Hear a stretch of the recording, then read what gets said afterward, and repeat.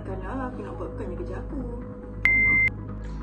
Saya tengah free sekarang ni. Tak apalah, biar saya buatkan kerja tu. Tak apa, biar saya buat. Okey, dah siap. Menyambut jawatan kuasa tahun 2022. Ada tajuk, ada tarikh, hari, masa, tempat. Disediakan oleh, disimak oleh. Okey, cukup free. Saya baca balik kot. Okey, dah siap. Menyambut jawatan kuasa kurikulum kali ketiga tahun 2022. Tarikh, hari, masa, tempat, kehadiran 1/2019. Tidak hadir dua. Betul tak tadi? Cek balik. 17/9 20 kan? Oh, tersikit nombor. Okey. Dah pukul 2 ni. Mesti ramai masih dekat makan kan? Dah lah. Tak payah fikir pasal orang. Kak, nak yang ni 5. Yang tu 2. Yang ni bagi lebih sikit dah lewat ni. Mesti ramai masih dekat makan ni kan? Tinggalkanlah sikit orang. Kak, nak yang ni 1. Terima kasih.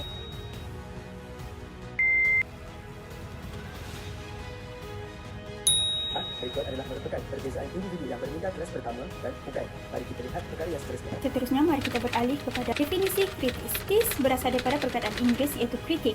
Kritik pula berasal daripada perkataan Greek iaitu krit ataupun kritikos yang bermaksud judge.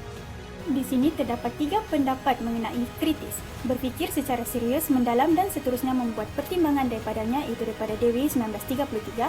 Seterusnya, pemikiran kritis melibatkan aktiviti mental seperti analisis, sintesis dan penilaian daripada Bloom 1956. Seterusnya, daripada Kamus Dewan, tidak dengan begitu sahaja menerima atau mempersetujui sesuatu, sebaliknya menimbangkan baik buruknya terlebih dahulu. Saya teruskan dengan fasa kemahiran berfikir secara kritis. Terdapat 8 fasa kemahiran berfikir secara kritis. Yang pertama adalah mencirikan, iaitu mengenal pasti ciri, sifat dan kualiti serta unsur sesuatu konsep atau item. Yang kedua iaitu membanding dan membeza dengan mencari persamaan atau perbezaan dengan menggunakan ciri-ciri pada item. Yang ketiga iaitu mengumpul dan mengelas, iaitu mengumpul item atau maklumat kepada kumpulan berasaskan ciri-ciri yang sempurna.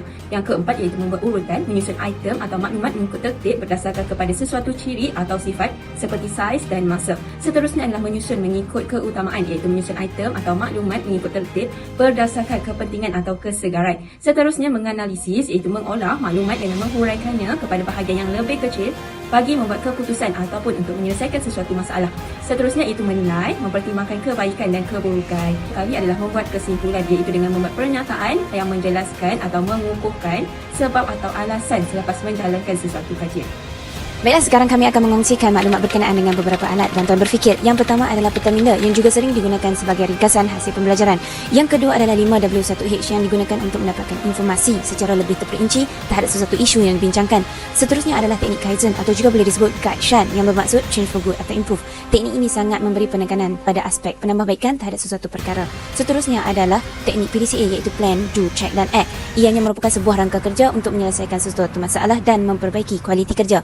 Seterusnya adalah Six Thinking Hats yang ditulis oleh Dr. Ewart de Bono, berfungsi untuk menyusun proses berfikir secara lebih terperinci dalam menyelesaikan sesuatu masalah. Ianya merangkumi 6 jenis warna dan mempunyai fungsi yang berbeza. Yang terakhir adalah teknik fishbone atau diagram tulang ikan yang diperkenalkan oleh Dr. Kairo Ishikawa dari Jepun. Teknik yang digunakan untuk mengidentifikasikan penyebab daripada suatu masalah dan seterusnya mencari serta mengenal pasti kaedah penyelesaian masalah yang lebih berkesan.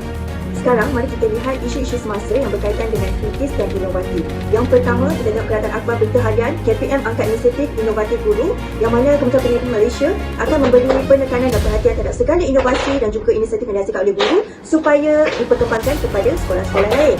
Isu semasa yang kedua, jadikan pendidikan dan inovasi sebagai budaya, yang mana kata Zainal Ahmad iaitu Ketua Pengarah Jabatan Pendidikan Politeknik dan Kolej Komuniti. Inovasi dan kreativiti amat penting untuk mana-mana organisasi, syarikat atau negara dalam memastikan tidak ketinggalan di peringkat dunia yang kini semakin mencabar. Apakah yang anda ketahui tentang inovasi dan kreativiti? Inovasi adalah satu usaha pengubahsuaian ataupun penambahbaikan sesuatu produk untuk menjadi lebih baik. Manakala kreativiti pula adalah usaha mencipta, wujudkan dan menghasilkan sesuatu yang baru melalui kemahiran imajinasi. Jadi, apakah kepentingan untuk kita berfikir secara kritis dan inovatif? Yang pertama, semestinya untuk menjimatkan kos dan masa serta meningkatkan lagi kualiti perkhidmatan. Kemudian, untuk meningkatkan lagi prestasi produktiviti sesebuah organisasi melalui output ataupun outcome. Dan yang terakhir, untuk memudahkan lagi kehidupan manusia bagi memenuhi kehendak tertentu. Inovasi dalam perkhidmatan awam dan keperluan harian. Baiklah, inovasi pertama yang saya pilih adalah Smart and Easy Table 4. Okey, inovasi ini dilaksanakan di Sekolah Seri Permai di Jalan Tengah, Georgetown. Adanya inovasi ini, maka terlahirlah satu slogan, murid ringan, murid senang. Yang kedua adalah mengibas cap jari. untuk merekod kedatangan. Ini dilaksanakan di Sekolah Menengah Kebangsaan Tengku Abdul Aziz, mana murid-murid tidak perlu lagi diambil kedatangan dan guru-guru tidak perlu lagi mengisi kedatangan. Mari kita lihat faedah berfikiran kritis dan inovatif dalam sesuatu organisasi. Yang pertama, sistem dan cara kerja baru. Yang kedua, mengeratkan perhubungan. Yang ketiga, memperbaiki sistem, proses dan juga cara kerja. Yang keempat, penciptaan nilai. Yang terakhir sekali ialah dapat meningkatkan daya saing. Seterusnya, mari kita lihat dalam perkhidmatan awam. Yang pertama, kerjasama antara agensi melalui penambahbaikan. Yang kedua, dapat menjimatkan kos dan masa operasi perkhidmatan. Yang ketiga, dapat meningkatkan kualiti dan produktiviti perkhidmatan. Yang keempat, meningkatkan kepuasan pelanggan dan juga stakeholders. Dan yang terakhir, dapat meningkatkan imej dan perkhidmatan awam.